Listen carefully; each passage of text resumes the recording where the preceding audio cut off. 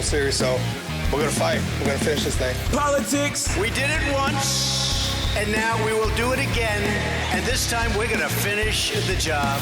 Current events. Come after me! I'm a man! I'm 40! Faith or any other topic that they have found interesting. It's drastically changed my life. Welcome to Think Like a Man with Daniel Overton and Jeremy Sellers.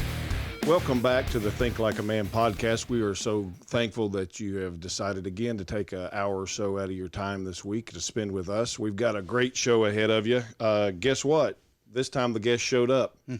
So we're not scrambling for to figure out what we're going to do. We hope those that listened to last week's ad-libbed spur of the moment podcast that you enjoyed it. I did get some feedback from some people. They said they really liked it. So trivia. Yeah. So thank you for that. We were quickly headed towards Christmas. Before we know it, it'll be here. We just got it seemed like it took forever when you were a kid. Oh yeah, it just comes and goes now. Yep. And you know, you one day you're eating turkey, the next day it's New Year's Day. So so anyway, we're speeding towards that. We've got a couple of Christmas episodes coming up in the next couple of weeks. We will have a video, believe it or not, on YouTube this week. I got the right part, so the iPad's working.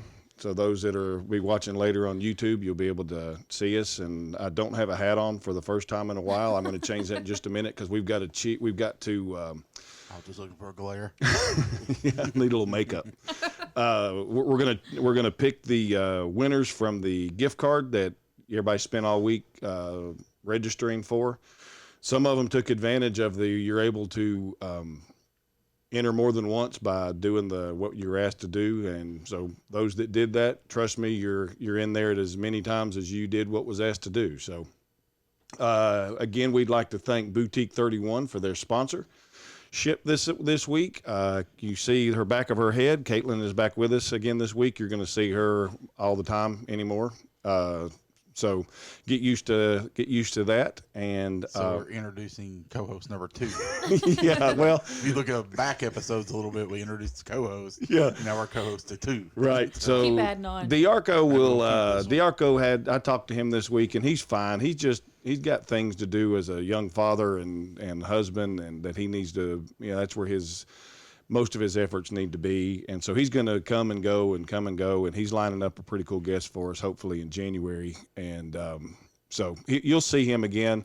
I told him last week 2 of his biggest fans were 2 70-year-old white women, my mom and her best friend, and which I thought was kind of funny. And speaking of that, I got fussed at by my mom yesterday when I went to see her that she told me to stop saying freaking. And so I don't guess it matters how old you get, your mom's still going to be telling you what to do and how to do it. And she said, and I don't even care if you tell them I told you this on the podcast. If only your mom was around for the editing process. Listen, I promise, Mom, that's never been edited out. I trust me on that. So Boutique 31, again, is our sponsor for this week. Also, be sure that you are finding us on SoundCloud. I had somebody tell me that they're listening on SoundCloud, iTunes, Google Play, Spotify, all the other podcast platforms, YouTube.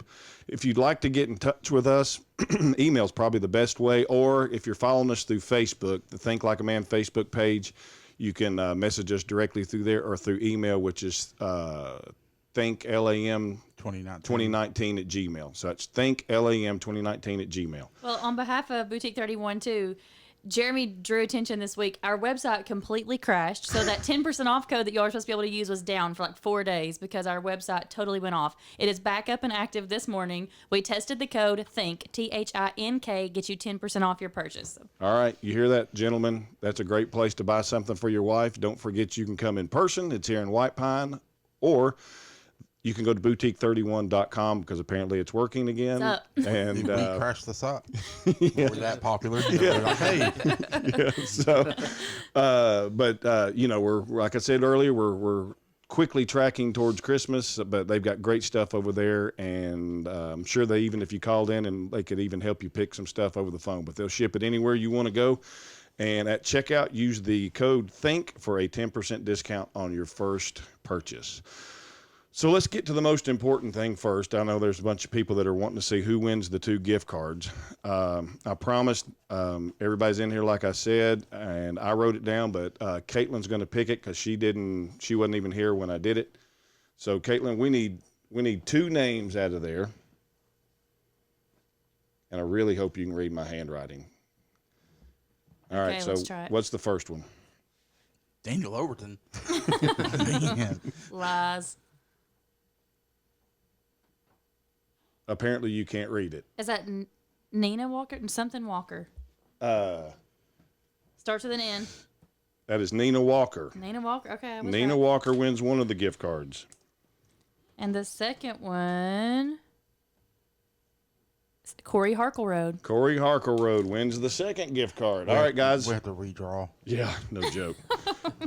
I will be in touch with both of you to get your mail-in information. I'm gonna try to get it in the mail tomorrow, but maybe Wednesday. Depends on how quickly you respond to my message to give me your. I think we might be able to just hand Corey his. Possibly. Yeah. Yeah. So, and He lives Corey, in I'll town. hand you that gift card for $20. So, right now, while I feel naked. Put the hat on. Yep, get the hat on.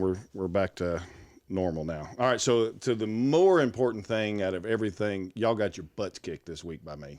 That's like a bowl games. I went for upsets. Just saying. Yeah, well, you went wrong. I was too upset to even go back and look. So, Yeah. So Caitlin's a Dogs fan. if Yeah, you I could tell that by the Oh yeah, she's got her. by her mug she brought in. So you paid a lot more attention to that than I did.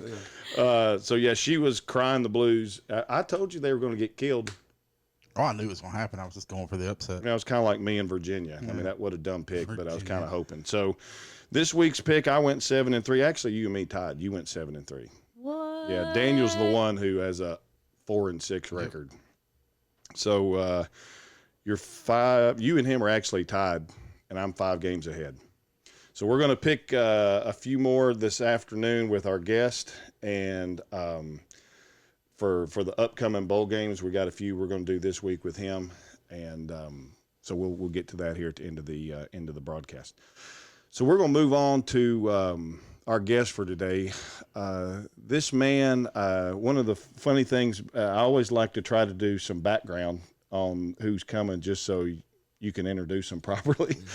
That you don't do that with law enforcement. You start getting a bunch of raised eyebrows, and what are you asking that question for? So I even talked to Donna this week, and I said, hey, anything you got that can help a brother out here, I'd appreciate it. I don't want to be too conspicuous about what I'm doing. And she wasn't having much luck either. But so I'm going to give him the opportunity to tell us where I'll start with this. First of all, we've got the sheriff of Jefferson County with us, Jeff Coffey. He's in his first term with as sheriff, but he has a background prior to being a sheriff, and that's what I'd like for you to tell us about as we get started here. Okay, great. Started out in about 88, law enforcement career in Granger County. I went to EMT school out of high school, Okay. and at age 18, once I got out of EMT school, well, everybody was like, well, you got to be 21 to be on the insurance to drive the ambulance. So nobody would hire me. I'm just like, okay, I went to EMT school, and what am I going to do with it? The sheriff in Granger County hired me over there as a jailer and dispatcher. I started out. And then I'd found out that Jefferson County you could actually work at age 18. So With the sheriff's department? No, with the EMS. Oh, with over EMS, here. okay. So I started working over here part-time and worked both places. Left there and come to EMS. Went on into paramedic school. Got out of paramedic school, and I worked EMS. You just work a bunch of places. I worked at Rural Metro, worked at Morristown EMS, I worked at Granger County because there was a shortage at the time. You just worked everywhere. And sometimes I'd work 48 hours on and 24 off. You'd work one place and go to the next. And You were a young man then. yeah, I was a young You man could do then, it. yes. And so I got out of paramedic school, and I worked a couple of years, and then I went to the academy. Okay. And when I got out of the academy, I got a job at Jefferson City. I worked there for 10 years. See, I didn't know that. I didn't know you were as a with. police officer there. Okay. Yeah, and continued my paramedic, and I continued up till today. Okay. I've 27 years as a certified paramedic. Really? So celebrated last year. Oops. I forgot to tell us to talk. Mine's on now that I think about it. Well, I thought I'd done that, but evidently I hadn't. But I left there and went, I think it was 03 as the EMS deputy director. Okay. And then went on as the director of EMS. Is that here in Jefferson County? Jefferson County. Okay. Done that for a couple of years, and then in 05 I went to the Hwy Patrol. Okay. I was there for 13 years. Was a explosive K-9 handler for 11 of that 13 years. Was on the strike team. Done a few things with it, some opportunities I got to do. I got selected, forget what year it was, to go. They select 40 troopers to go do the presidential inauguration. I got to do one of those. Did you? DC. That was pretty amazing. I bet. Which president? It was I think Obama's second term. I was going to say it'd have to be Obama with it. And went and done that. That was a great experience to go part of that. There was like 3,500 officers from across the nation. Really? We all got sworn in at the same time and got the opportunity to do that. And then, I put my name in the hat for sheriff and got elected in 18 and took office on September 1st of 2018, and here I am. Wow, that's. I'm glad you brought up Obama, because that was one of the first things that I wanted to talk to you about. And so you've been from patrol officer to highway patrol, now the sheriff. And so you've seen every aspect of civilian walk of life. Yes. That administration, in my opinion, did a lot of damage to the relationship between law enforcement and the regular civilian. I think they tried to, you can just look at you can look at all the problems that arose and the breakdown between your normal or your regular everyday police officer and Joe Public. It's just awful, Absolutely. And so it's a battle that guys and girls are still fighting today. Yes. And I don't think what they did was they took some obscure places somewhere. Anybody that's been in the workforce for 5 minutes, I don't care if you're law enforcement or you do what I do, you got bad apples. I've hired bad apples. That is not reflective of the whole group of people. But that administration took the opportunity to erode that relationship between law enforcement and the civilian. And so now we're dealing with a lot of problems. How much of that are you seeing we're in a little different county. We're very rural. We're not dealing with a large city, even Knoxville or Atlanta or anything like that. Are you seeing any of that? If you are, how are you combating it? And what's your thoughts on that whole process? We're not really seeing that here in Jefferson County. Right. I've got officers that's come in here from neighboring counties and larger counties that saying they're just amazed how different it is here. Right. How when they say different, what do they mean? Just how friendly people are. Okay. And he said, you go out to eat and people are offering, you get up and somebody's picked your tab up. Right. He said, where I came from, he said, it just didn't happen. And here, it's just a little bit more atmosphere. They say it's just different. There's still that respect for. Speaking of that, we in our show last week we were playing Would You Rather, and it pops up on the phone. Would you rather smack a teacher or a police officer? And I was like, I'm sorry, I'm hitting the teacher all day long. So but it's just ingrained. Yeah. I think it's a Southern thing. It is, and but Jefferson County, the people are just who they are. Right. They don't pretend to be anybody else. Right. And and you can deal with that. Oh yeah. Yeah, exactly.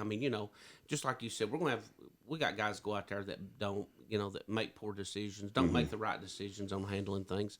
It's going to happen. But for the most part, I try to tell them, I said, we need to be servants. We're just not out there to enforce the law. We don't have a lot of a different, I guess, divisions or things to offer. Right. When people call and say, I need this, let's help them. Let's do what we can to help them. But going back to when you was talking about President Obama, I think all that started in the suburbs of St. Louis. With my I want to say Michael Moore, but that's not it's his Michael name. Brown. Mike Brown. Yeah, Mike Brown. Yeah. Mike Brown, that whole thing. Mm-hmm. And the president of the United States stood up there and just condemned the officers Yes. without even knowing the truth. Right. And that's where it all started. Mm-hmm. I mean, you just he had a match and he lit it, Mm-hmm. and then everybody else got compared. Every incident got compared to Michael Brown's incident there for a while. And I mean, we've had 3 officers over the weekend murdered in this country. Right. One sitting in his car in the parking lot of the police department. Yeah, 2-year young man, been on the job 2 years, sitting in the back parking lot of the Fayetteville Police Department, and comes up and just executes him. Yeah. Oh my gosh. And one of them was doing a drug activity, and the other one was answering the most dangerous call we answer. Domestic. I always say is domestic. Mm-hmm. And I mean, but the trend just keeps continuing. I mean, it's. And I think they've added the thought may have always been there in the back of their mind to do some of these things, but they've given them the courage to do it now. Am I explaining myself right? Where you normally they wouldn't have acted on that. Well, now they're like, yeah, we're going to do it because they did it in such and such a city, and they did it in such and such a city, and I just don't get the disdain, the hatred for law enforcement now. I mean, somebody kicks your door in, the guy you were just cussing, and this is the great thing about law enforcement. The guy that you were just cussing 30 minutes ago down on the corner of the street, now you've called him to come help you, and he's coming. Yeah, right. He's forgotten all about what you just did, may have hurt his feelings, but he's going to come do his job and take care of you and your family and do what he or she's going to be able to do to help you all out. And it's disheartening to see how they're treated and the murders. I mean, call it what it is. It's a flat point blank murder of what they did to these officers. And if you were not in Jefferson County, let's say you are chief of police in Atlanta, that's your job. What do you tell your officers? How do you tell them to handle this? Same way? We're from a servant perspective. Yeah, I know it's a little hypothetical. I understand that, but right. I mean, you just got to tell them to go do their job, right? And be servants to the people, right? And I mean, you're going to have the people that just don't like law enforcement, right? I mean, we've got them here in this county. Oh yeah, and I mean, they'll flat tell you. I've come across them as a trooper. I've come across them as being sheriff, and you're going to tell those people, I don't like you, right? And hold your head up high, do your job, be respectful to them people, and do the right thing. Yeah. At the end of the day, it's all you got. Yeah. I spoke to the Water State graduating class of new police officers last Friday. Oh, did you? And I made reference to the song George Strait had released back in March, "The Way to the Badge." Oh, okay. And he talked about he was at the Texan of the Year ceremony, I think maybe the first of the year or something, and his grandson was there, and a police officer actually took his badge off and pinned it onto his grandson's shirt. Oh, really? Well, the weight of the badge, the shirts, the fabric started sagging down, and he said, that badge didn't look that heavy until he put it on. Mm-hmm. But his song talks about a police officer going out to do his job every day, and the struggles that he has, and and just going out to protect and serve. And I told them as I wrapped up there, I told them, I said, listen. I said, there's a lot of weight you got to carry with this badge. There's a lot of responsibility, and this weight goes all the way to the heart. I said, but I want you to promise me you'll do one thing. When that politician stands before a camera and starts criticizing law enforcement for something they've done without even knowing the truth, right? Because they're pandering to their base, stand tall and carry that weight, right? Because and it happens, and it's happened since we go back to that. But there's been plenty of politicians I've sit up there and just condemning law enforcement. Right. I mean, you've had some that in some cities it says they ought to dismantle the police department, and I mean, with that. You're not sitting there going, no kidding. Okay, yeah, let's just dismantle it, and everybody just do whatever they want, And I mean, it's just unbelievable. And I see where they're coming from. Has it happened? Yes. Will it continue to happen in some certain circumstances? Yes, it's going to happen. We've seen it. Officers are bad, like you said, bad apples. Well, but that's not a reflection. Actually, if you look at all the statistics, there's more clergymen that are breaking the law than law enforcement officers. Well, I'm a minister, youth pastor, so that to piggyback his question just for a second, and it's got me thinking. And you're right. Like I watch the news, and you see like youth pastor arrested for sending pictures or dealing with underage or whatever it is, and you see that, and you see that, and you see that, and it's awful. Which I can't do anything about it. You know. So my question, what I was wondering is, coming from the sheriff, the point of view as sheriff of the whole department, right? So you got bad apples. I'm not saying here, but just just wherever you're at in that area. How do you police the police? Does that make sense? Oh, like how do you handle that part of the job of if you're in a department and you come across that you do have a bad apple doing whatever? How does that work?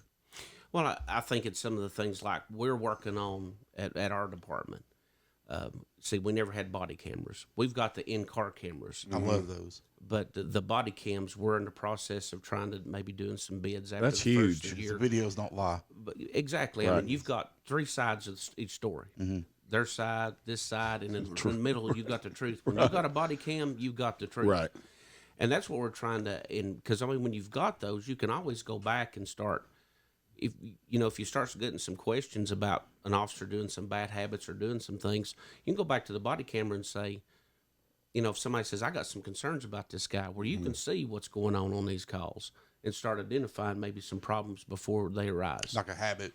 Yeah. And I mean, like Knoxville, they're going through their thing now where they're trying after that last shooting. It shocked me that KPD didn't have body cams. Well, they're just now, I saw something on the news where they're trying to get it bid out too or something. Get it out, but I mean it's expensive. Yeah. And what's expensive about it is the storage. Right. I mean, when you store all those videos, I mean every day, every contact they make, it's call. recording. Yeah. Right. And I mean there's a lot of data that's going to have to be stored somewhere, and these companies are offering their own storage, but I mean it's not cheap. Well, it's like Apple, you get like the first gig free, and then it's $20 for everything else. Like every time you go up. But when I think that prime example of the Michael Brown issue, I think a body camera. You solve the problem. Right. You know exactly what happened on that street. The only camera they had in that was what was from the convenience store, right? The officer didn't have a. Yeah, he didn't have that, and I don't think they had an in-car. Right. Yeah, then it's he said, she said. Because you had the officer saying, I remember all that. Then you had the officer saying he turned and lunged him, and then everybody said, well, he was running. If he had a body camera, that answers that question. Answers that. Did he turn and lunge, or was he walking away? Whatever. So one of the things I think would be extremely hard for you, and this is. You and I are not the same, but we are the same in one way. I'm running my own business. I've got people that work for me. Right. The difference is they're not carrying guns. They're not answering calls. They're not making decisions that are life and death. But they're still making decisions that can affect me, my business. I put the wrong person in somebody's house and I go to Home Depot to get something. They're going through their nightstand. That ruins my reputation. Exactly. So how do you, just kind of going off of what you said, be a trustworthy person to allow this man or woman to do their job, but still keep some control over this? Like I'm constantly looking at my guys and I'm looking for habits or, okay, we need to correct that now. I want to give them the leash to be able to, you know what I'm saying? Yeah. You're in a lot worse situation than I am. Somebody makes a bad decision out here and people die. Right. It's how do you balance that? How do you allow them to be responsible, do their job without micromanaging, right, but still keep feelers out there? Well, I think a lot of it goes on to your supervisors that's out on they've got to be your eyes and ears. Right. I mean, that's like right now I'm sitting in here. I've got a supervisor out there that's got 6 under him. He's monitoring them. He's watching them. Mm-hmm. And then, but the thing to me, the most, I've got the 4th shift. I got the 4 supervisors, and I've got outstanding supervisors that go in. They know what they share the same, the mission that we have. They see that it gets carried out, and working with the public. And I'm just real proud of them. But the thing that I do know, and if they have things and they come up and they say, hey, this is what's going on, and I tell them, don't come to me to ask me for permission to address them. Right. But because it's like anything else. You give them an inch and they'll take a mile. Well, once they start doing those bad habits. But, that's the face of me being sheriff. Mm-hmm. when you're sitting there and you call for the sheriff and you say somebody's broke into my outbuilding, if I pull up there and I'm just, all right, they broke into your outbuilding, you write stuff down, and when that car backs out, it says sheriff on the side. It don't say deputy. Right. It says sheriff, and when they see sheriff, the only thing they think about Is you. Is me. Mm-hmm. And they're the face of our department, and that's why I really stress on our patrol about being professional, being servants. And it surprises me that they've bought in. I've got great men and women that work for me, and I'll just be honest That's with the key, getting them to buy in. And they've bought into it, and I mean, and I'll tell you all, if I get more compliments than I do complaints. That's great. And, that's the way it should be. And it's just the extra little. I had one. He just gets called to an elderly lady locked out of her home. He pulls up. It's a remote area in the south part of the county. He pulls up. It's an elderly lady with her daughter. She's locked her keys out of the house, and he pulls up. What's going on? Well, she's locked her keys in the house. We've got a locksmith coming. Mm-hmm. And it wasn't a busy night. He sat there for like 40 minutes behind him till the locksmith got there. Because, it was dark. Peace of mind for her. And she calls me and she said, you don't know what it meant for him just to sit out there, with us. And, and I told him, I said, that's what I'm talking about. So you allowed that deputy to make that decision. On his own. On his own. Yeah. I said, and that's great. Be a servant. And that's what he done. And I called him afterwards and I said, hey, outstanding job. I said, that's what I'm saying here. It's not all about going and putting somebody in jail. Right. I mean, it's about going. If they need to, we'll hook them up. Well, yeah. I mean, if somebody needs to go to jail, I mean, let's put them in jail. I'm kind of hoping Daniel does something stupid in here tonight. I'll help you. You'll need his help. But that's what I told that class too up there when I had them all in front of me, and I told them, I said, don't be this guy or gal. Don't be that one that comes in and said, I arrested 50 people this month. It's not a competition. Right. This is not a game. You're out there to serve the public. Go out there. If somebody needs to be arrested, arrest them. Don't be just out there trying to arrest everybody you can for every little infraction that you can. Because you don't know what that person's going through. Exactly. Right there. Exactly. Take the whole scope of that individual, not 3 minutes that you just dealt with them. No. And what I would like for people to understand is what these officers deal with on a daily basis. When I was with the sheriff's department in that short 2-year period, I completely changed my attitude. My wife said something to me one time, you're not the person that I married. And she was right. I'd become a butthole. It just happened, over time. You get tired of being lied to. You get tired of chasing the same guy over and over again, just all that crap. And so, but what I don't think a lot of people understand is these officers, they go out there, they may have just come from a motor vehicle accident that a child died in. Yes. They work that for 2 or 3 hours. Then they go and they've gone to an overdose and that person didn't make it. And then there's a child that's missing, and this is every day. Yeah. And it compounds on. And so then they show up to your house and all you want to do is berate them for one little thing. I would ask the public for compassion and mercy towards these officers, the men and women that are out there. They're there to protect and serve. Absolutely. And to help you in your time of need. So give them some grace.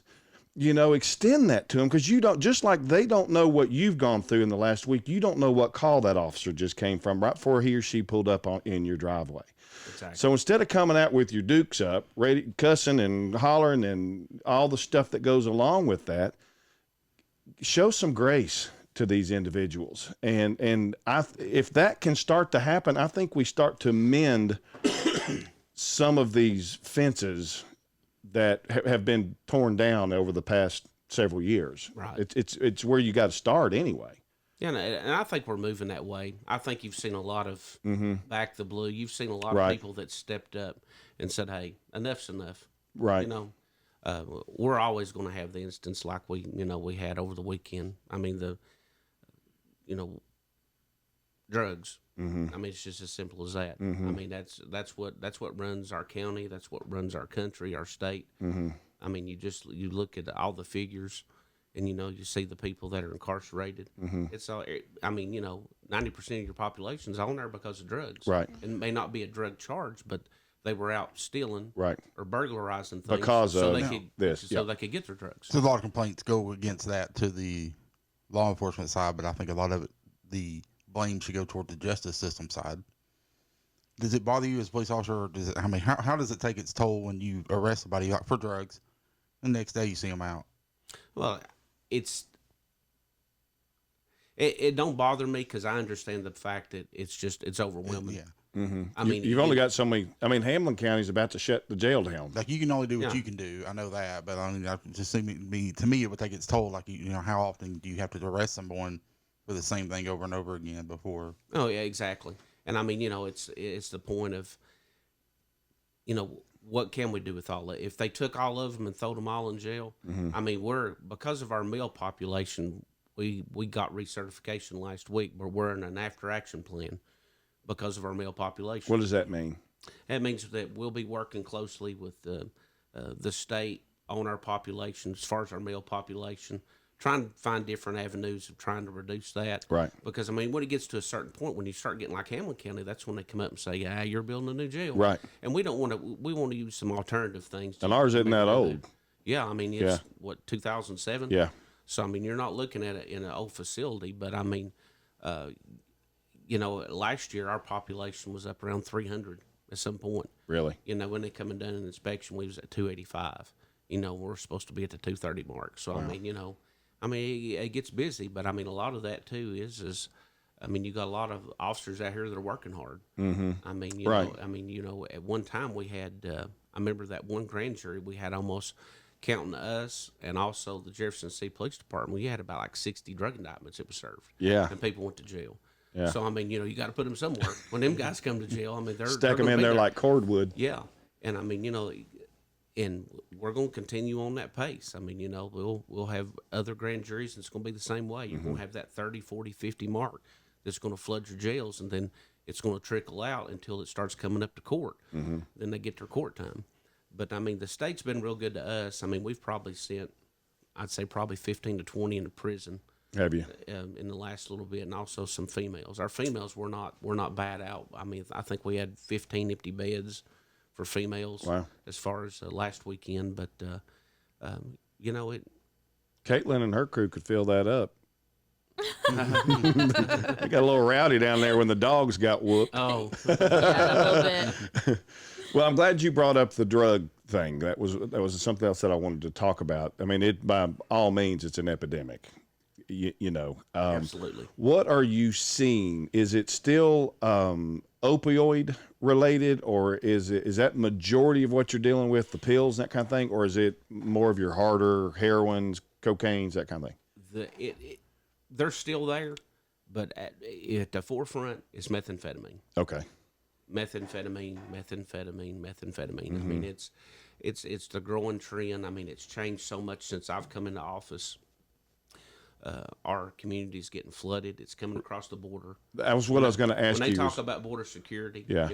I've been in the meetings where they talk about it's coming across the border, and we don't know how to stop it. Right. I mean, they've used so many different avenues of trying to change it up. I mean, now you got liquid methamphetamine coming across the border. Wow. So that, I mean, they're liquefying it so they can sneak it in a little bit easier in different ways, and then they convert it over into the crystal meth now. Really? But I mean, it's well, we won't get into that. I was trying to say how they do that. We don't need to talk about that. I don't know who's listening to this. So, but they're converting it once it gets here. Okay. But I mean, and the price, it fluctuates. It has ever since I've come in. You can tell when but it's getting flooded. It's getting flooded in here by the cartels. Are you seeing more of it coming in that way, as opposed to people making their own in the trailer behind the house? For a period of time, that was a big. I mean, crap. Every other day you heard something blowing up, but I hadn't heard anything like that in a long time. No, it's not, and it's so cheap to get it this way. Right. Who wants to go cook it? Yeah. I mean, who wants to take the risk of trying to cook it and all that when it's everywhere? And I mean, it's not that expensive. Right. You could go out and buy that as buy the amount that you're going to make. Probably cheaper than what you could make it for. Really? So I mean, and you're not going to blow yourself up in the process. Yeah, you're not going to blow yourself up, and you ain't got the contaminating. Right. And I mean, those people know when they're making it, the odors and all that, and you get the phone calls. We've not had any since I've come in. Really? I don't know prior to that, but You just don't see it anymore. I mean, there's so much on the street. Why would you even want to bother with it? Right. I mean, that's the sad reality. That So we when have. when it comes into Jefferson County, again being rural, it's not Atlanta or Nashville or something like that. I guess what I can't get my head around sometimes is it coming in for users, or are there actually pretty big wheeling dealers in this area that are distributing it?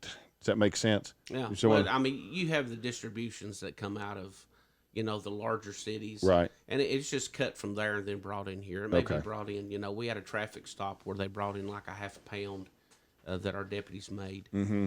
I think I saw that in the paper. It's been the last week or so, wasn't it? Yeah, well, this one we really haven't released yet. I'm getting ready to, but it was a K-9 alert, and he had about a half a pound of meth, and that's a lot of meth. Yeah. And then we had another, it's like 160 grams, 166 grams. And then we had another traffic stop that I'm getting ready to release. It was like 60-something grams. Wow. So, I mean, it's getting cut in different areas and coming into here. And, I mean, you set up and you're talking about small amounts that they're selling.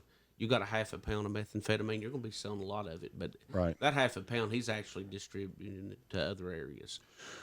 We live in a active corridor, so to speak, here with the interstate. 40. I mean, we're almost a hub right here. You got 81 going all the way through New York and up through there, and 75 just down in Knoxville headed, so as I've driven down the interstates before, I've just wondered, who have I passed or who just passed me that's got a trunk load full that's headed to Miami, or it's coming from Miami. You know what I'm saying? Oh, yeah. I thought I saw you all did something on the interstate recently, didn't you? An interdiction type? Yeah, well, we teamed up with the Hwy Patrol and done a couple of days of interdiction with them. How did that?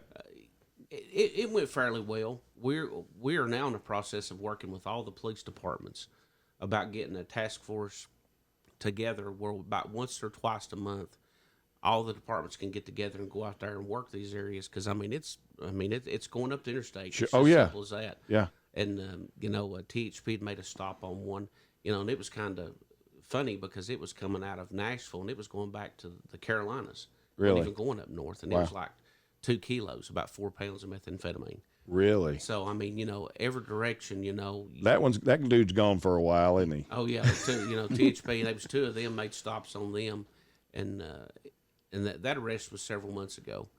But I mean, it's going up, and I mean, they're changing. We know what we're trying to look for when they're doing that, and they're changing their tactics up on how they're doing it. It's a moving target. Yeah. I mean, literally and theoretically. They figure out you are now looking for this. Well, we've got to change it up. And so now you let a guy go because you didn't know you know what I'm saying? So, I mean, it's a battle. Oh, I mean, absolutely. And I mean, that's with our narcotics unit. I got a street crimes unit. Do you? And the street crimes unit, they focus on those areas where the people call in and say, that house down there, cars going in and out, they focus on them areas. And then I've got my narcotics unit. Well, they stop cars, develop informants, they do all these things, and then the narcotics unit comes in and they start doing the buys and all that and the transactions. At Jefferson County? Yes. Really? So, I didn't know that. So, we're doing all these things and very proactive. Yeah. And that's pretty much what I run on. I started to say that was what Jeff ran on, and if there's ever been, in my opinion, somebody who has backed up exactly what he said, it's him. He's done exactly what he said he was going to do. Well, I appreciate that. We've, it was all personal to me, and I told him, and I had a guy come up to me, and we've done we got a lot of work to do, and our guys are working hard. And I told him, I said, whatever it takes. I said, let's go. And then I had a guy tell me, it was a few weeks ago, and he said, you're never going to win this war on drugs. I said, you're never going to win if you don't try. Right. And he said, what do you plan on doing? I said, I plan on getting them all. Yeah. And he looked at me and he said, how you plan on doing that? I said, if I ain't got the goal of getting them all, if I think, well, I'm just going to get half of them, I ain't going to get a quarter of them. I said, I want them all. Right. I want to get them all. Well, I worked for a hospital in a surrounding county, and I got to see a different side of it, of the amount of drug babies that are born.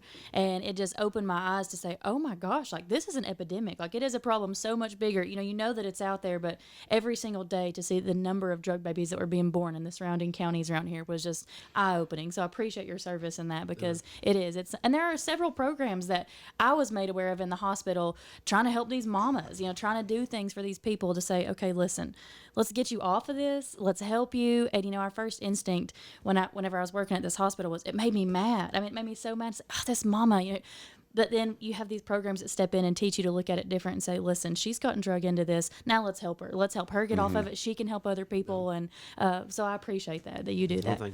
And I think a lot of it too is things that we're doing in the jail. In 2020, it's going to have some different things that we're going to be doing in our jail. Because there's one thing you do identify is if you just put them in jail and you leave them there, you got to rehabilitate them. We've got to try to do something to stop that cycle. Yeah. To bring them in. We're going to be doing some things in 2020 that working with the judges that we're real excited I'll tell you about. something funny. It reminded me when you talk about the, if you don't change them, they're coming back, kind of thing. So I'm in and out of the dump all the time in Jefferson County unloading stuff. And there's guys that are work up there in the work release, that'll help you unload. Maybe they just stand there and stare at you, whatever. So I remember back, I think it was either this summer or the year before, there was a couple of them, and we're unloading, but they're having a conversation between each other. They're ignoring me, and one of them stops and he says, Jefferson County's got the best food of any jail around here. And I thought, I've never been to jail in my life, but this dude apparently is a connoisseur of jail food in the counties in this area. He's in the Hamlet County jail going, man, they treat me better than this Jefferson. I thought, come on, man. So. Well, at least Jefferson County's doing it right. Right. Yeah. They're helping them out. Their jail's taking care of their people. Five-star restaurant. Where I think something I said a minute ago about extending grace to the officers when they show up. Yeah. I think this goes both ways, and Absolutely. I would say to the officer, extend some grace to that female that you've arrested possibly on drugs, because you don't know. Yes, she's responsible for her own decisions, but you don't know what's led up to her to that point. And maybe she's just one of them people that never caught a break. Yeah. You have bad luck after bad luck by no fault of your own. And you finally just break. Everybody's got a point where I can't take it any longer. Or she was in an abusive relationship, or you just don't know. So I think everybody needs to start looking from the other person's perspective to help understand it all, where you know what I'm saying? Right. So now when you were with Highway Patrol, was your K-9 dual purpose or explosives only? Just explosives only. So what did you do on a daily basis with I could see if it was a narcotics dog, or you do, I had two of them. I started out with Ace. They were labs, weren't they? Yeah, both of them. Ace was a black lab, and then Ace got cancer about 8 years in, and I lost him just suddenly. Right. And then I got Sam, and then, of course, when I got elected, they reassigned him to a trooper in Granger County. But, I came to work with them. Yeah. And, of course, I covered a large area. I was answering bomb threat calls and Kingsport, Jellicoe. You remember a few years ago, Jellicoe High School, every time the news come up, they had another bomb threat. I went to Jellicoe High School. I went to areas in Chattanooga. I went to Nashville. So you were very regional, where a lot of your state troopers are working the same interstate. So anytime there was a bomb threat, you... Oh, yeah, I was there. Especially the surrounding counties and all that. But, and then special events. I worked several presidential assignments where they'd come in. You'd work with the Secret Service. I remember when the Boston bombing happened. Oh, did you go up there? And no, we was actually... I actually went to Nashville to the Music City Marathon, and I didn't know Music City Marathon had like 45,000 runners in it. It's like the fourth or fifth largest marathon. Wow, I didn't know that. Yeah, and I had no idea. And when after that happens, it follows the Boston Marathon, and I get a phone call from a captain that says, "Hey, you got to be in Nashville next week." And we had 12 dogs across the state. They brought us all in. We worked on that, that assignment for that. Of course, it was going through downtown, but you had those assignments. I worked 24 Bristol races. Every time the Bristol race come up, we was working it. I worked the ball game, the big ball game up there.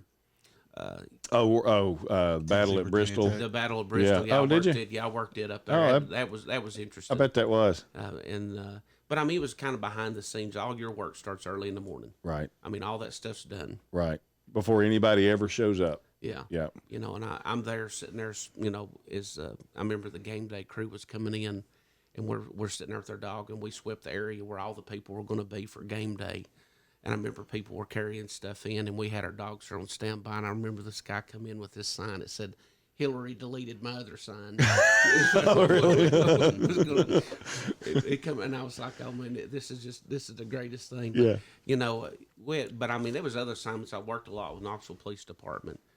We would have special assignments at the U.S. You know, they'd have a big trial at the federal courthouse. I remember I went down there for 2 weeks solid. Did you work when Obama came to Knoxville? Were you down there for that? Yes. Were you? I had a friend that worked, who was, I believe he's second in command of KPD's bomb squad. You might know him. We'll talk about it off the podcast, but he was there for that, and not an Obama fan, so he did it through gritted teeth, you know. But it was. I've worked several of those, and they're interesting to say the least. Oh, I bet. A lot of work goes into those, and I mean it's. We've got a guy hopefully that's going to come on here maybe in January that's retired Secret Service, and he was Secret Service for a little bit with Nixon, Carter, Reagan, Bush 1, and the Clintons. Really? Yeah. Nice. And he and I talked a little bit just off, you know, about everything that when the president went somewhere, all the stuff that happened couple of months before anybody the president ever touched foot in that area. A lot of groundwork. Oh yeah, a lot of it. I got to meet one of them when I done that inauguration. I got assigned to a Secret Service agent and a Metro DC police officer that was in retirement. And where we were standing was one of the roughest areas. You remember back in the 80s, 90s, you know, DC was the murder capital. Right. And where we were standing, they had tore all those housing projects down and put this big convention center up. That's where his gala was. Well, this street leading up to it, we had it blocked off. And we're sitting there talking to this guy, and this guy was homicide for like 22 years. In D.C.? In D.C. And that was the time he was telling the story. We were sitting there talking to him, and he was just a real nice guy. Was originally from New York, got out of the Marine Corps. They was hired, come down, got the job.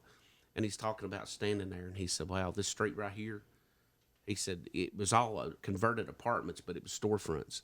He said, right here, he said, if I could go back and take every body of a shooting victim, he said, you probably couldn't walk down the street. Really? And he said, you know, that was the time when you would come out on a Friday and Saturday night. And he said, we worked the night shift. And he said, we'd average anywhere from 3 to 4 homicides a night. We would go homicide to homicide to homicide. He said he remembered one night, he said the worst night he ever had, there was 3 of them. And he said, we all had 3 homicides. He said, we had 9 homicides overnight. Wow. He said it was This incredible. was in the 80s? Yeah, 80s, 90s, when it was that. And of course, when they took all that down, they put this up, and they moved all that area over to Prince George County in Maryland. Oh, and okay. Their crime rate went. Yeah, they're probably like, thank you. Yeah, Thank you. Yeah, they moved that all to Maryland. But yeah, he was just, and then the Secret Service agent, he worked Reagan and Clinton. Oh, did he? And he said it's not a long-term thing to work a presidential detail. He said there's a lot of. He said to be a family man, he said it's very difficult. Yeah. But he was telling some interesting stories. Oh yeah. Yeah, this guy's got some too. But so I'm familiar. Were you going to say something a minute ago? I thought I cut you off. Well, I was just going to ask, and it's an obvious answer, but you answered when you work something like that. You answer to the Secret Service, like if they're the one in charge. Yes. Well, when we come in, they said, you know, we're going to do this with the dog. We want you to cover this. The site where they would be, they would fly their canines in, and they would take care of that. But everything leading up to that, we would be responsible. So, like where the president himself that would be Secret Service. Yes. And then you were sort of on the outer skirts of it. Okay. Well, I mean, the travel from the airport to there, we handled all that. The motorcade. So, the bomb explosive dog? Are they working exactly like a one that's detecting narcotics when you take them around? Or when you walk through there, is he or she just scenting for a type of scent? You walk by the trash cans, you check that. I mean, is it working the same way? Yeah, it does. Just a lot bigger area. Yeah, a lot bigger area. I'd say their margin for error. I mean, you're dealing with the top of the top of the top of these dogs. Yeah, and when you're doing it, I mean, your testing is going to be. I mean, there's no room for error. Right. When you come in for testing, the testing was strict on it. Right. And I mean, it's. I remember, going through my first recertification, I was like, wow. Mm-hmm. You talk about stressful for you and the dog, and then the dog could feel that. Oh yeah, right down the leash. Right down the leash. Yep. So you just try to stay, but I mean, Ace that I had was just he was just a champion. Man, really? That dog, when the guy that instructed us with the Hwy Patrol came from the military, and then he worked to the state for years, and just, I mean, this guy's forgot more about dog training than a lot of them will ever know. And I just admired him so much. When we got done, when Ace had died, he sent me a message, and he had trained some of the first explosive canines for the White House under Reagan. Oh, okay. And when he was in the military, and he sent me this thing, and he said, "Hey, I'm gonna tell you, you and your partner was one of the top 5 canine teams that I ever trained." And it just, you smiling from ear to ear, weren't you? I was having trouble getting in and out of doors, and all that. But I mean, but I knew a lot of it was just, I mean, Ace just had that God-given gift. I mean, I didn't have to do anything. I just come in and turned him loose, and I mean, that's what he was. If he alerted, it was money. Oh yeah, you better be. Everybody stop moving. If you see me running, you better be running faster than I am. That kind of story. So that makes me think one of the coolest things I ever seen in my life was we were in D.C. one time, and we watched them shift change at the White House. So you're sitting there looking at the White House, and you see these 3 guys stand up with sniper rifles. Like, oh, I didn't know those guys were up there. And then, they all, you see the guys shifting in and out. Well, I didn't know they did this, but they come leaving in a minivan, like a Dodge Astro van. Right. So they come driving by. We're on Pennsylvania Avenue right there. There's 6, I'm assuming, ex-Navy SEAL murderers, in there with their rifles and the dog. And my only thought was, man, I feel sorry for the sucker that tries to carjack that car. Red lights down. A bad day. Yeah, it's not going to happen. But I think my canines I brought that over to the sheriff's office too, because it's been. You've really done a lot with that. I've watched them. The canine. Yeah. I mean, we got a great canine corps. We got 3 narcotics detecting, and we've got an explosive detecting. He went to certification last week for his first time, and come in second in Sevierville out of dogs from all over the Southeast. Really? Placed second. So I'm just real proud of him. What breed is he? A Mal? No, he's a shepherd. Is he? Okay. Yeah, he's kind of a shepherd Mal mix, but. Okay. He's single purpose. Okay. For that, and then we've got a bloodhound, and then we've got one, we call it a jail dog, and he's outside the realm of it. He does Suboxone and some other stuff that really, if you have prescription, you can't train for, but inside a jail facility is going to be illegal. It's contraband, yeah. So it's contraband. So he's able to do that, and they've just started out, and they're doing a great job with that. Trying to keep that out of the. It is a canine department is an absolute great if it's run right, if you're getting quality dogs, if the officers are getting their training, if the dogs are getting their training monthly like they're required to, and it's not fly by night, everybody do what you want to do kind of thing. They're a great asset for law enforcement. Oh yeah, absolutely. I remember when we got the bloodhound out, they had called and said there was a 2 or 3 year old missing. So they get there, and the squad's pulling up and all that, and the sergeant, he's got a canine, and he says, bring the bloodhound up. So they go up and get an article of clothing, and they come out from the house, and the dog goes out and then circles the whole yard and comes back to the front door. Okay. Put it on him again. Dog goes out, goes through the yard, circles the whole yard, comes back to the front door. If y'all searched the house? Yeah, we've searched the house. That kid's in that house. So they go in there, and he rolled himself up in the comforter of the bed and was asleep. Really? So he was still, that dog knowed. He was still in that house. Yeah.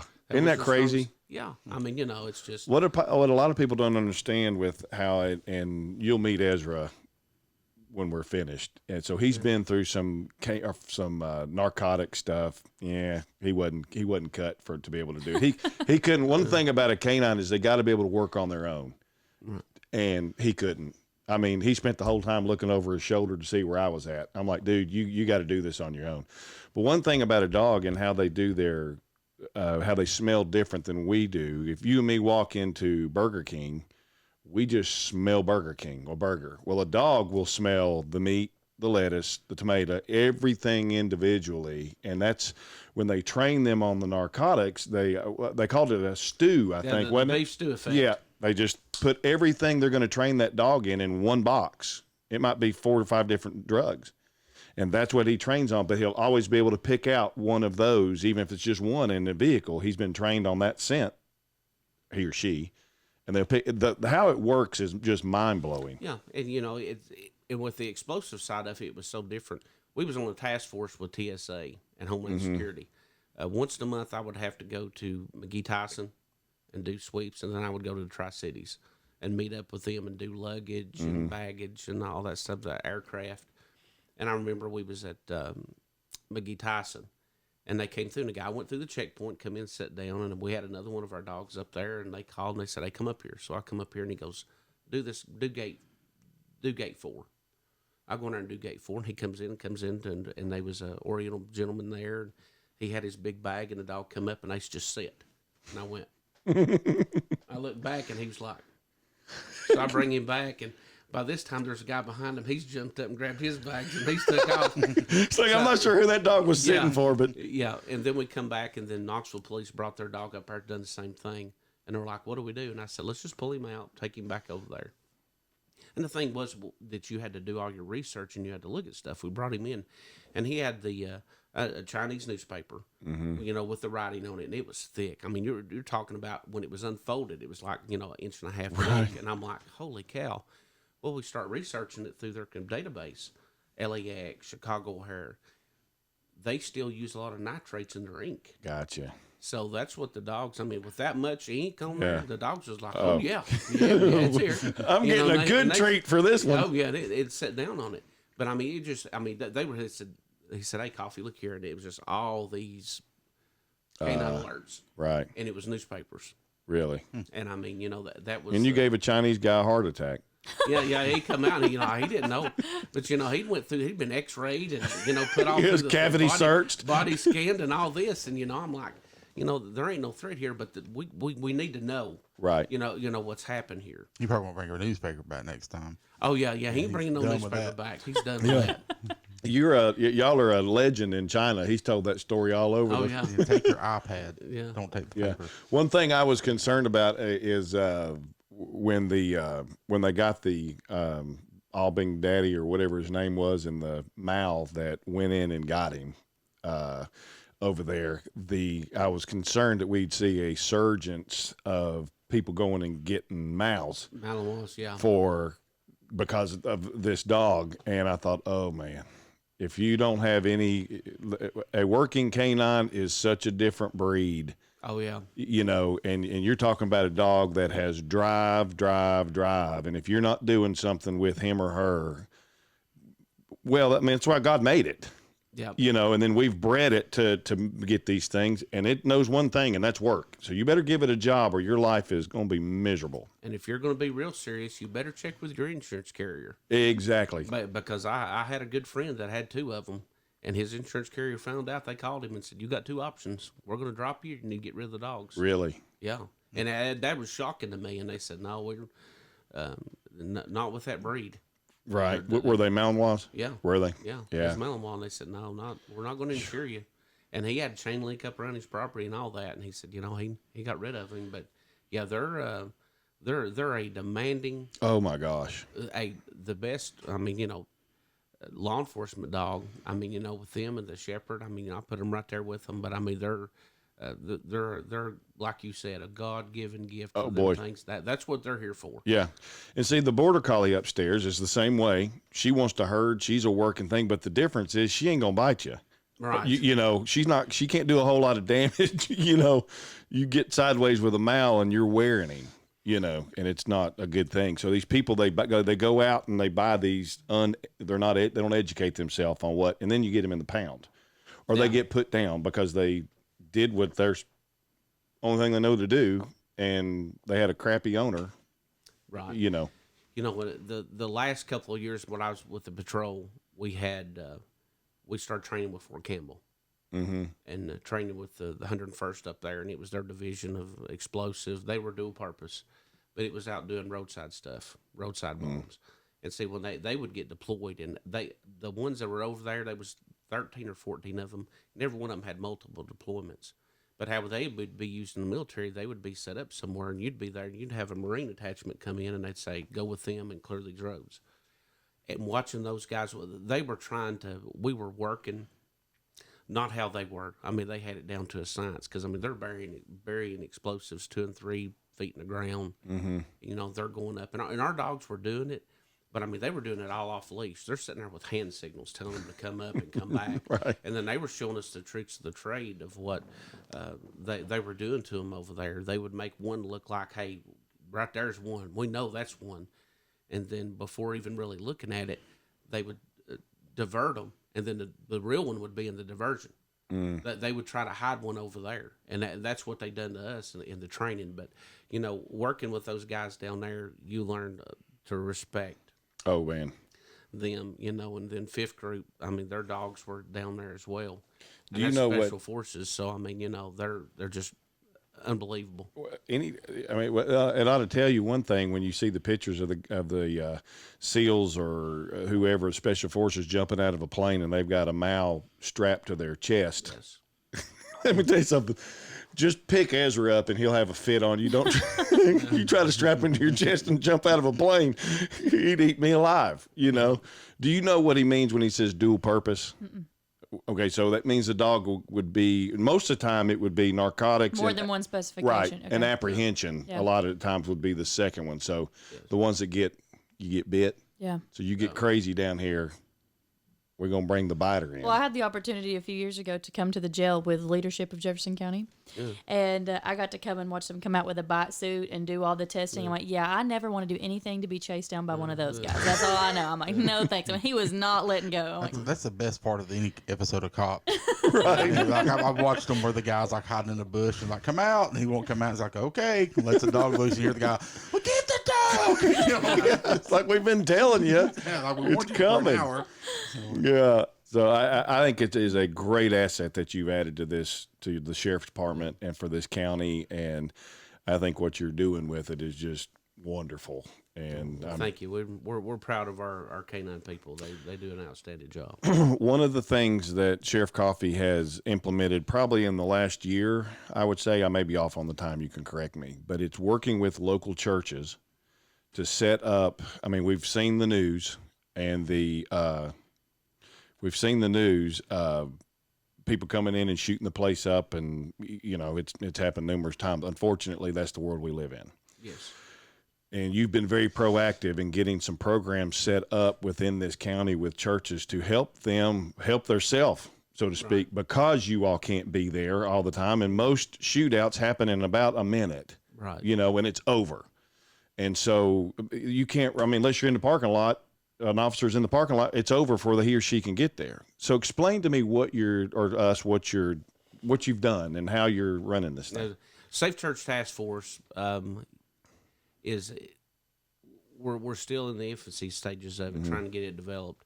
We put something out a few weeks ago about some things that was going on our Facebook site, and we got a lot of response from it. We had it's just a network for us to be able to connect with people in churches. We've got it set up now. We have a lot of churches that signed up for it, and we've got it set up through our 911 center to we can send mass texts out to everybody. Okay. Saying, hey, you know, this church has had this going on. Somebody showed up asking this, or we had somebody suspicious, or we've had church burglaries, because they all kind of trend out and start doing the same thing, you know, targeting them. So hopefully we'll be testing that in the next week. We've got all this broad so that we can come out and say, this is what happened at our church. I remember an incident we had at our church where a gentleman showed up as the pastor was coming in early, and you know, it's in the fall, it's kind of cool, he's sweaty. Oh yeah. Going, I need money. Well, I don't have any money. You need to. I want money right now. Right. You know, type of thing. What do you need money for? I'm out of gas. Where's your car? Don't matter where my car is. You know, he just walks up. Right. So he goes in and locks the door. I mean, this is something that we can come out that morning when I come in and the pastor said, this is what happened, that we can call over there and said, send this out and tell them it happened at this church so that we know the churches surrounding us can go up and go, hey, look what happened over at Piedmont. So that's something like the church could select, hey, who gets those texts? Yeah. So we've got it to the pastor and 2 church security members, which about every church now has their own security team, people that, that's out looking for it. And, and we give suggestions on how to do it. We had the training there where people came in and they said, hey, this is how, how we do it at our church. It's to the point where everybody gets in. We've got somebody at the door. Because of fire code, somebody has to take turns staying at the back. The whole church is locked up, and then we just lock the door. So, I mean, if you're there in the middle of it and somebody decides, well, I'm going to go in there, into that church, it ain't going to happen. Right. Unless you get through the locked door. So, I mean, but we told them every church is different. Got different setup, what you all decide what's best for your church and to go with. But we're real excited about that. I mean, we got to protect our churches and the people that's inside. Does the church just contact the sheriff's department to contact us, and then we'll get the information to 911, and then we're going to try to do something probably February or March. I mean, the winter time it's kind of tough to have another church training to come up and have some different people come in and speak and say, hey, y'all just had one, didn't you? Yeah, we just had one, and we had about 100 people show up from different churches throughout the county. And the representative, and we had some from out of the county show up and say, hey, we just like to, we've not seen anything what you're like doing. this. We'd like to be a part of it. Well, 2 things, like me and Pastor Brian Osborne we went to Maryville a year or so ago. They did their Blount County Sheriff's Department did their church shooting training, and I thought it was funny. The guy that got up and started, I guess they have a department dedicated to that or part of it, like a task force, or I can't remember how he put that. It's a bunch of Baptists. We're in a Baptist church, and he goes, we thought about walking in here and popping a blank. He said, but we're with Baptists. He said, we were sort of scared that wasn't going to turn out well. Armed. But I think y'all done a great job too with the dude that was I'm not going to say his name. I don't want to give him credit, but the guy that was going around the churches a while back, interrupting services, and nobody really knew what he was up to, and y'all got the word out, picture out. Here it is, and I think that stopped it. Yeah, just to let people know, he's, he being disruptive. Yeah, being disruptive, and I mean that was his only. He's going to go in there and try to tell you that his ideology and what you're doing wrong, what he's doing right. I mean, that's a great thing about this country. We have that freedom of religion, right? And I mean, if that's how you feel, then go feel that way. Right. But these people are feeling. That's why we have all these different denominations. Right. You have the Baptists and Methodists, and I noticed on Facebook, and it was funny, was, people were arguing on that one post that the sheriff's department posted.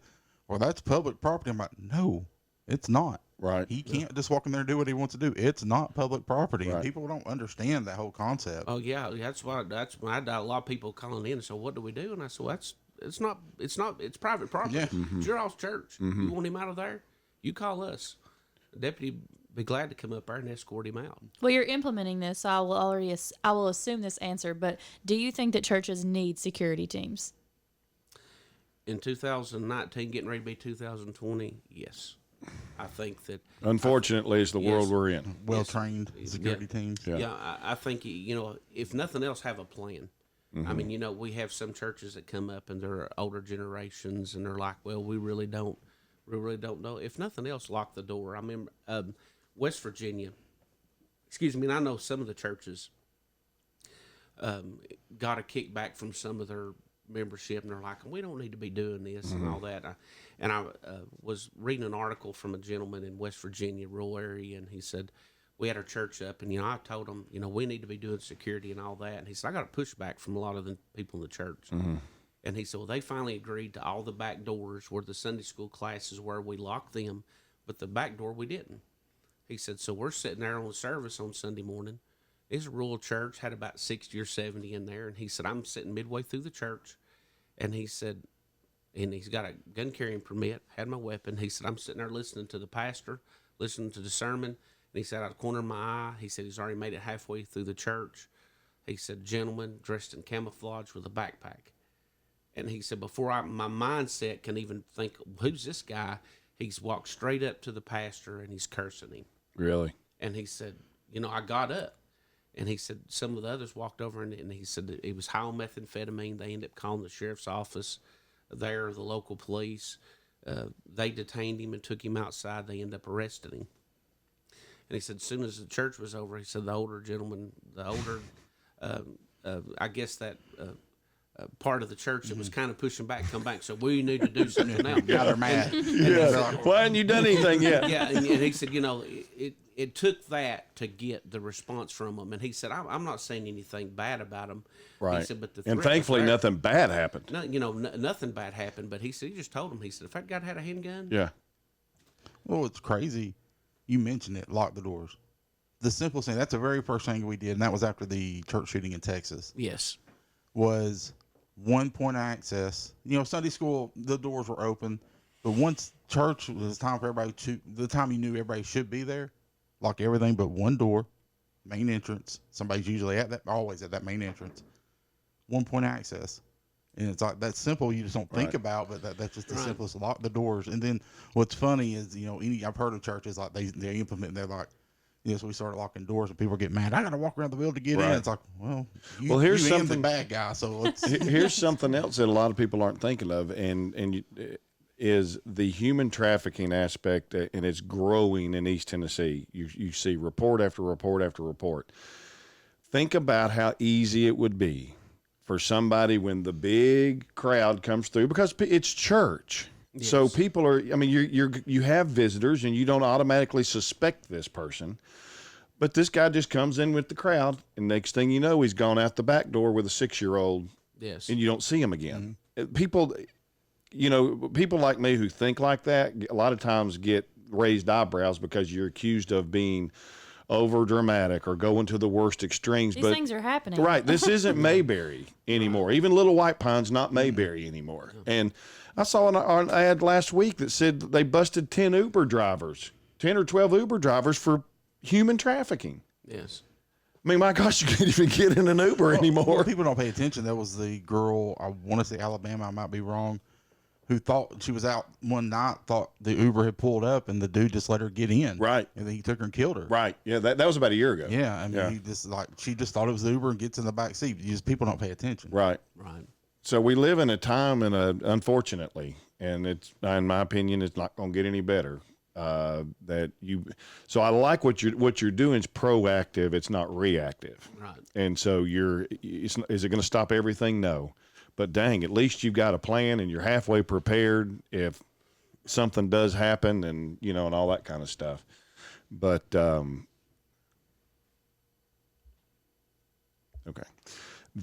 what's the strangest call you've ever been on? And I'm gonna see if I can beat it. Wow. It can be funny. It could be strangest call ever. That's probably hard to narrow down. Yeah.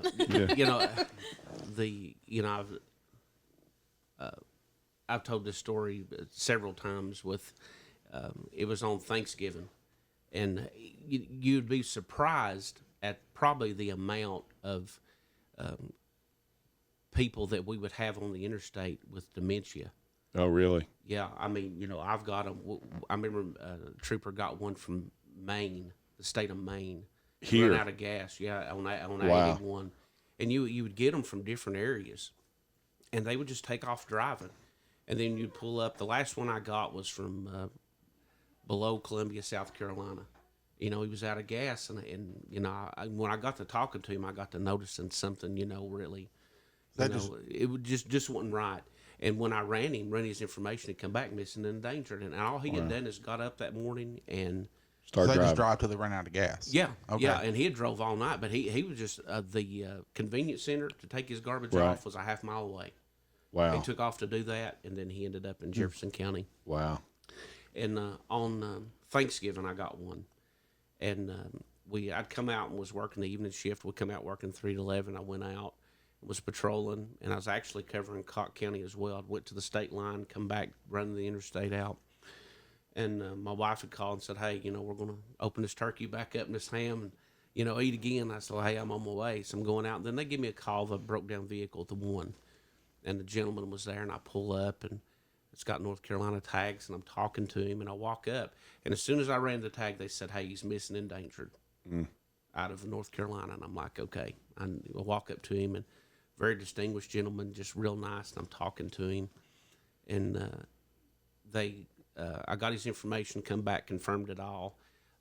They were south of Asheville, not too far away, and I told them, I said, I called them on the phone directly, and I said, "Hey, if you'll go to the State Welcome Center there on I-40 where the log cabin is," they said, "We know exactly where that's at." I said, "I'll transport him up there, and, you can pick him up."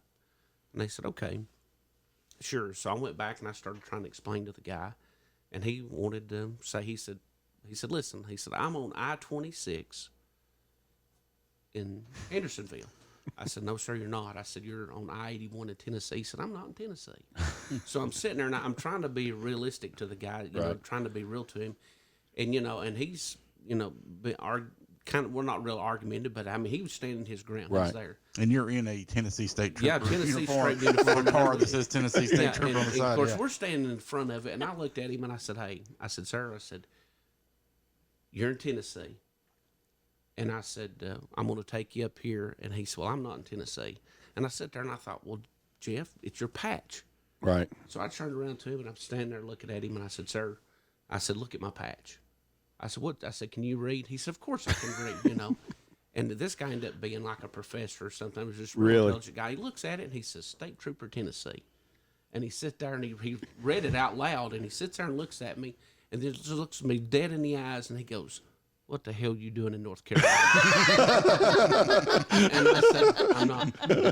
And then he just looked at me, and I said, "Can we take that ride now?" He did. We got him in the car, took him back over there, and met him with his family. But, I mean, and that was one of the things that, unfortunately, that we would see a lot of. And I remember the guy from Maine, I mean, he was going to visit his brother in New York State. Oh, boy. And he ends up out of gas at the 1 mile marker. I was trying with that one. I mean, we would have. He did. I chased one midnight, like 2:30 in the morning, across the county on the interstate, and finally pulled over and walked up, and she said, I go out with my gun out, and I see that she's there, and I think, I holster my weapon, and she goes, "What in the world do you want, young man?" "I need to go do this." And I'm like, "Why didn't you want to stop?" "Because I'm in a hurry." And got to talking. But, I mean, she was one of those where she was from, it was somewhere west of Knoxville. I can't remember exactly where, but, it's one of those, the family thought they had taken the keys, so she couldn't drive, but she'd found an extra. She just got up in the middle of the night and was going to go get a hair appointment or something. Really? And, you just real feel sorry for these people, because I mean, they're in this position. Yeah. And you see a lot of it, but you'd be surprised how often that we see that, especially on the interstates with people traveling. I've got them at the rest areas sitting there. Oh gosh. Yeah. And you walk up and you're like, "Hey, what's going on?" And I remember this guy, and we're sitting there, and he's in a brand new Ford Mustang, and we ended up getting hold of family, and they said, "What can we do?" And the hospitals would work really well with us. We'd take them to the hospital, and they would kind of hold them there. And they're like, "Dad," they said, "Dad just goes out and buys new vehicles and takes off." Oh, gosh. And this is like the third or fourth new vehicle. He just went out and pays cash for and just takes off driving. Oh, my gosh. And, and then he's got all these vehicles, and now we're trying to get him to sell them, of course. Right. But, it's not to make light of that disease. It's really, but, it's really, and I feel in the families you can really see the wear on them that they're having to deal with. Yeah, it takes its toll. Yeah, it takes your toll on them, because, I mean, there's just a lot of work, and, I mean, a lot of worry with them, as well. But, you can imagine your family member takes off, and, I remember the trooper telling me about whenever they called and said that guy called from Maine, and he's like, "Where are you at?" And he told him, he said, on I-81 at the 1 mile marker. He goes, "Oh, 81. He goes, "I'm in Tennessee at the 1 mile marker where it started." You got to come all the way to the other end. And he's like, oh, okay. Wow. And then, the hospital watched him for us, and they took a flight into Knoxville and done all that. And, I mean, it could be really scary for these people. Mm-hmm. Have you ever been on a kangaroo massacre? No. I got dispatched to one of those, and I didn't even know anybody in Jefferson County had kangaroos. But it was down on 25. They gave me the call, and I thought I heard it wrong first. And then I looked at the computer and I was like, no, I didn't hear it wrong because there it is typed out. And I get to this house and this lady is frantic. And I'm like, what's happened? And she's come around here and we go around to the back and she's got this pin that has, it has a, I don't remember what was in front, but there was a 6-foot fence and a 5-foot fence. And there was about a foot in between the two of them. And she had about 7 or 8 or 9 pet kangaroos. And most of them, except for this baby, lived in the house. The rest of them were in this yard. And when she'd open her bedroom door, her curtains in there, she looked right out into this pen. Well, she got up that morning and she opened up the curtains, and there standing in the middle of that pen was about a 70-pound pit bull that had climbed both of those fences. I don't know how he did it.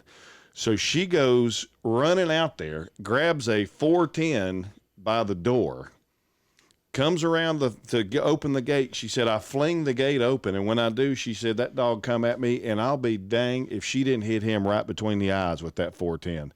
I told her, I'm sorry about your kangaroos, but I am impressed at the shot. You hit a moving target under stress, and you hit him right between the eyes, and he was deader than 2 o'clock right there. But he killed about $20,000 worth of kangaroos. Ooh. Yeah. Wow. Yeah. So I was like, I said, I'm sorry. I said, we got probably 12 to 24 hours for somebody to slip up and say I'm missing my dog, because after that the word's gonna get out what happened, and ain't nobody claiming this. What is the benefit of owning kangaroos? Well, apparently she won the lottery in Florida and moved to East Tennessee, and she's just an animal person. You just sitting there and you're like, I want a kangaroo. Yeah. I want 4 of them. Yeah. They were pregnant. Some of them had babies. She'd pulled one baby up out of the grass because it was in the mom. Mom was dead. I can't say much about one lottery. I'll probably buy a tiger. Not legally, you wouldn't. Yeah. Jeff said if you do, move out of Jefferson County. We're not dealing with that. But, hey, this has been a great conversation. I want to say again, while we're on this topic, that I'm proud to call you my sheriff, and I'm proud of the job that you're doing. And from day one, since you've been in office, you have taken right step after right step after right step. And you're not going to make everybody happy. Right. People are going to they're going to get their underwear in the wad over about anything anymore. But the steps that you're making, and I've still got friends with the sheriff's department, and the morale is up here where it used to be down here, and you've done a great job. I appreciate that. I just told him, just whatever it takes, we just got to keep working. Just got to do it. Keep working. Yep. So we're gonna pick our games for this week. Sheriff Coffey's going to be part of that, and I'm going to continue the beat down of Daniel and Caitlin on this. You got anything you want to say about it? You just caught up. I wouldn't be bragging too much. I wouldn't really call it a beat down if we tie. Well, yeah, but you're still behind, though. Yeah, That's only my first week with picks. Okay. Well, we'll see how you do this week. You're starting to sound like a Kentucky football fan. Been relevant for about 2 years now. All right, Daniel, let's do it. Who do you think will win? I think the fact It doesn't matter what you think. Get ready. Let's be great. Let's be great. This week's football picks are in.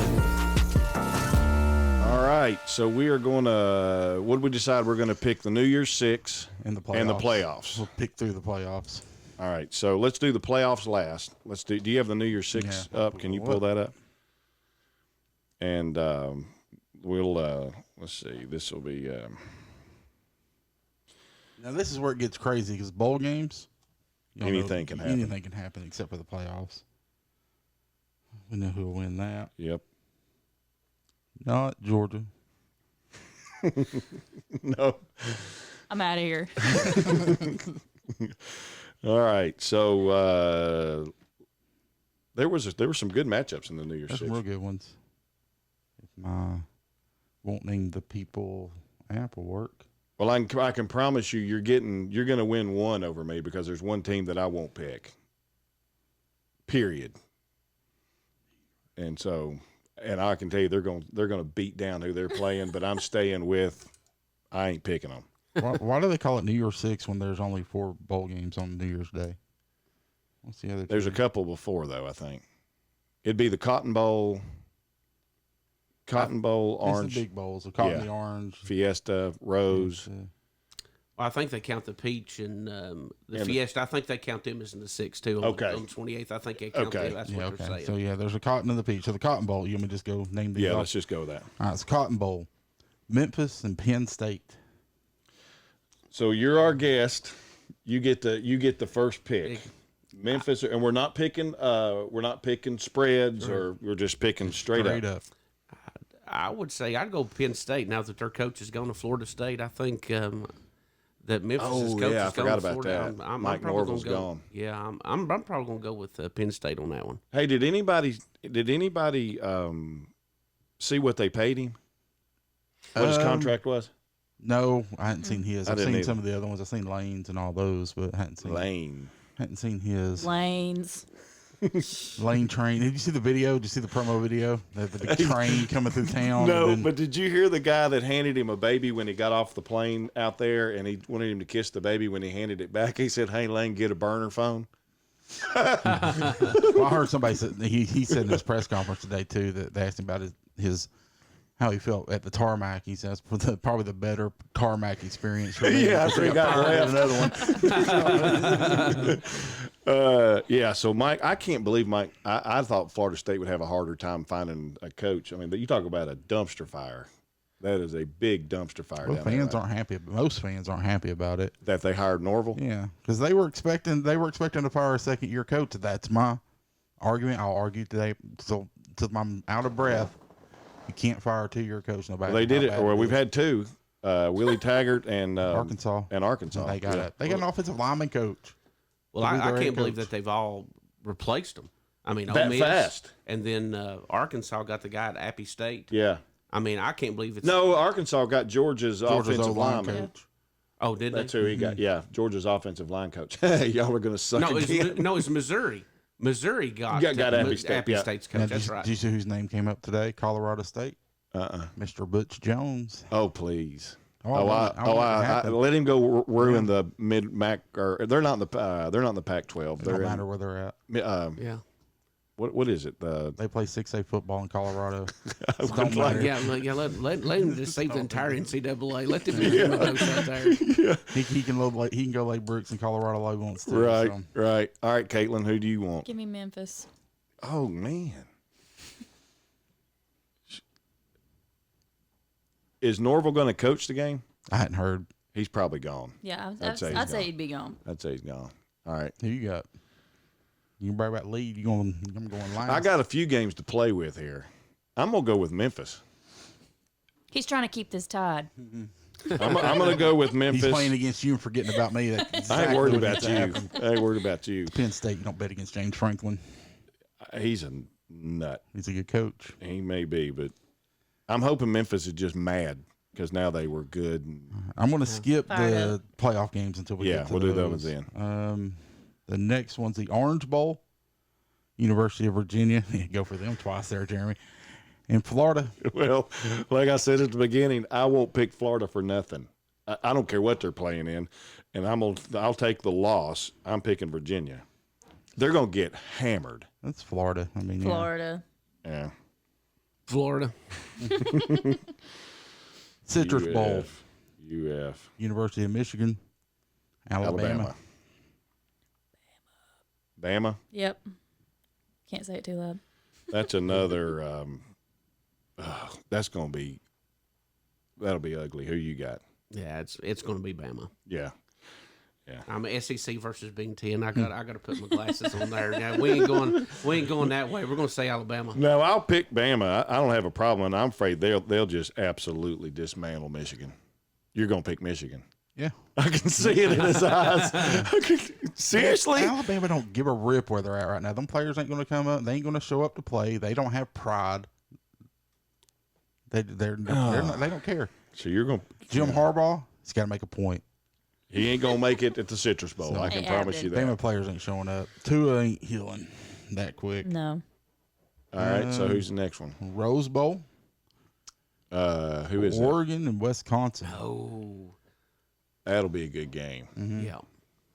I I'll just can't give you my believe pick, Wisconsin. you're going to go with 2 losses in a row with them. That running game will destroy Oregon's defense. You said it was going to destroy Ohio State. Give me Oregon. If I remember correctly, if I watched the game, it pretty much did. But when it mattered, But the running game destroyed them. That's I all. think- That's all I called. But Oregon played some of the most inspiring football this weekend. I thought. oh my gosh, Friday I night. picked Utah, and they laid an egg. I mean, they come out and dominate. yeah, they They did. punched him in the mouth from Right the off get-go the and bat. didn't know what to do. Yeah. This one, I'm gonna go with Wisconsin.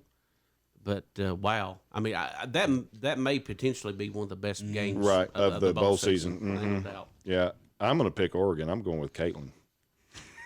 we're either winning together or we're going down together. Going Outback Bowl, Yeah. Minnesota and Auburn. I'll give you a tidbit that Auburn just fired their offensive coordinator, or another one just left. So they're Where'd he go? I don't know. I mean, did he get fired or did he just quit? I read that he got fired, but there was reports that he quit. I'm still too, going so- Auburn. Yeah, Auburn and PJ Fleck. He did fine for a while, but I'm picking Auburn too. Plus, my mom's friends will kill me. Who you pick? Minnesota. Really? Yeah. You got to watch the Big Ten network. That conference I is won't watch awful. the Big Ten do anything because But it's the it's most just awful. boring football, basketball. It's awful. There's just 2 teams in there I wouldn't pick against. Who? Minnesota's one of them. They show up hot. Well, apparently there's 3 you won't pick against because you picked Wisconsin too, and I know you're going to pick Ohio State. We'll see. All right, who do you got? I'm gonna go with the Tigers. I'll go with the Barn. Okay, Auburn. And Caitlin, you said Auburn, right? All right, so the last one's the Sugar Bowl. Baylor Bears, and some team from Georgia. Oh, you better pick Baylor. I told you last week that Georgia can't score. They're crying because they let Chaney go. Now that you know. Go Georgia Bulldogs. I got them red colored glasses, so you're going to pick Georgia. This is where we're going to separate. Who are they playing? Baylor. Yeah, Baylor. I'm gonna. You don't even know who they're playing. You're going to pick against them, Jeremy? Come on. I am because I'll say right now I'm gonna put it down right here. This is where I'm taking the lead. I'm gonna say Baylor scores 45 on them. I'm putting it on. I'm putting it right here, so it's in ink. Sheriff, who do you want? Baylor. Baylor. I just, but what a disappointing. I mean, I don't know what's happened to Georgia's offense. I mean, He's in Knoxville. It's Chaney. that's part of it, but They won't admit that. No. Yeah, you're right. But I just the thing that bothers me about Kirby Smart is when he gets to the big game, his big game decisions, when it comes down to They're it, poor. Yeah, they're poor. Yeah. I mean, I said y'all just got another Mark Richt. You're all going to do well, but when you get into the big games, You can't get over that. The one thing just he's can't. got over Rick is he's getting to more big games. Yeah, he's Rick getting to was. more big games, and He he's just getting can't. there.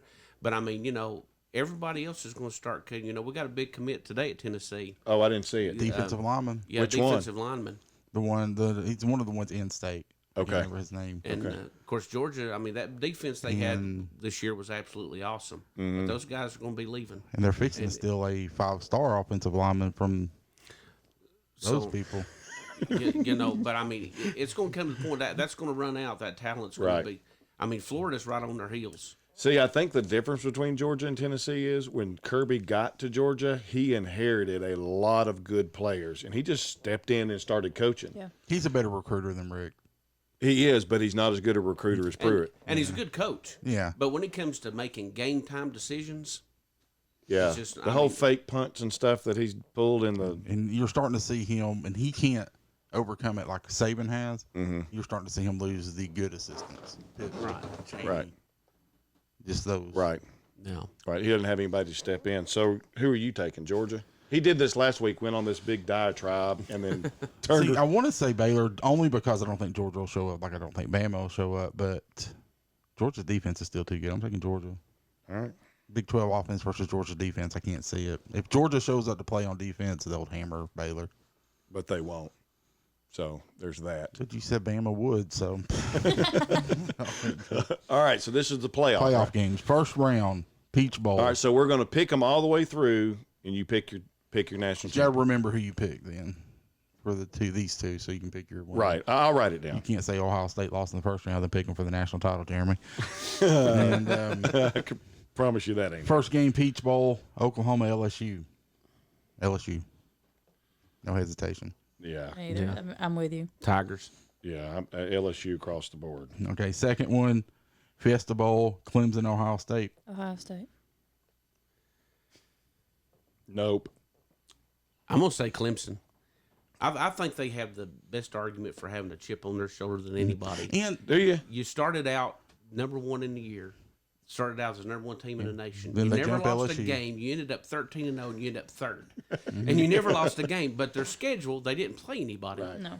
But I mean, but and Dabo has made a year out of that this year. He has got them believing that he's got them believing all because of some.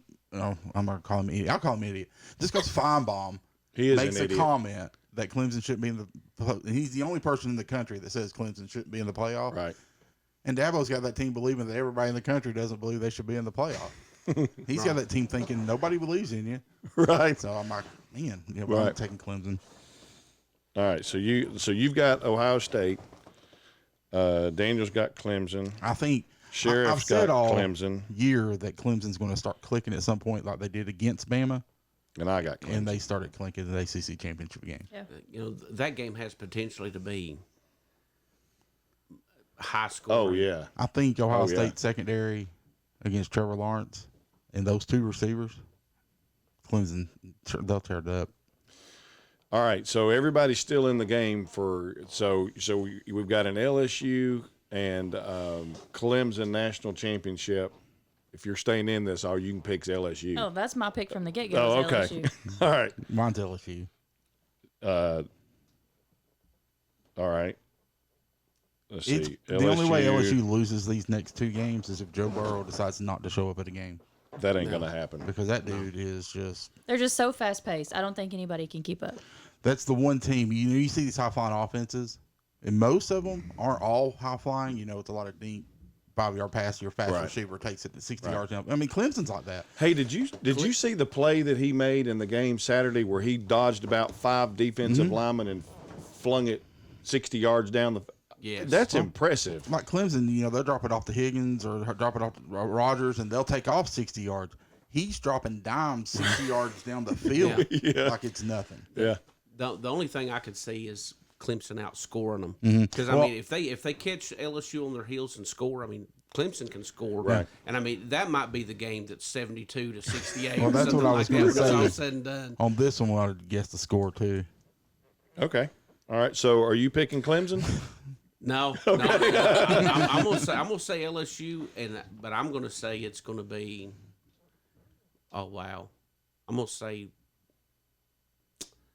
45-41. I'm going. Yeah, I think it's gonna be close. I'm going 55-50. I think it's Really? gonna be high score, and I think it's gonna be.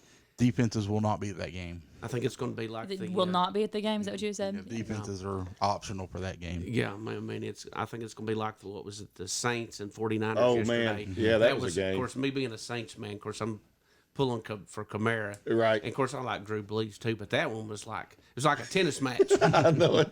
Okay, well, they just keep scoring. Drew Brees is one of my favorite most. I think he's one of the most underrated quarterbacks Yeah. in the NFL. Yeah. Yeah. He just. What's your score? I'm gonna do the 10 to opposite. 7. He went high scoring game. So you're going low. I'm gonna say 27-20. I'm gonna. I'm gonna pretend like I didn't hear Daniel's comment. Defense, they're showing up. They're gonna be there. I'm gonna go 47-41. He's going high too. Okay. Joe Burrow is paying. Joe Burrow, that game right there.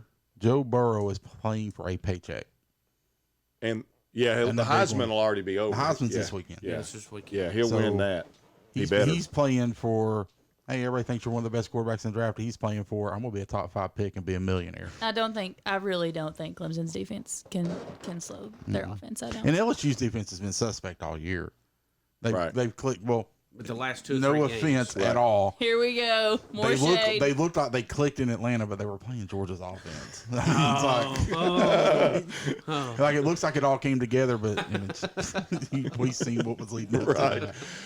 Okay, well, we're going to bring this episode of the Think Like a Man podcast to an end. Something I meant to mention at the beginning that I've forgotten until just now. Keep your ears open for, we may be signing up for Patreon, which will be a way that if you want to, you'll be able to help support the podcast. I mean, this stuff isn't free, and if you enjoy what you hear, you can get on for small amounts of money. Couple bucks a month or something like that. So we haven't worked all the details out, but if you go on to, you just scared me to death with that thing. You can go on to, if you're part of the Patreon side of what we're doing, then you will get extra content that everybody else doesn't get. And so Daniel and I are discussing the content of that particular podcast. I'm not even going to let that out of the bag at the moment, but we're going to have some other stuff. So And I've been itching to use the buttons on this thing for like weeks now. So you got to give a brother a heads up before you do that. I like the crap. Yeah, I wasn't either. So I thought you were reaching for the end of the outro, and then golly. All right, so until next time when we turn the mics on, we'd like to thank our guest again, Sheriff Coffey. We really appreciate it. He is a busy man. We'll see you next time we turn the mics on.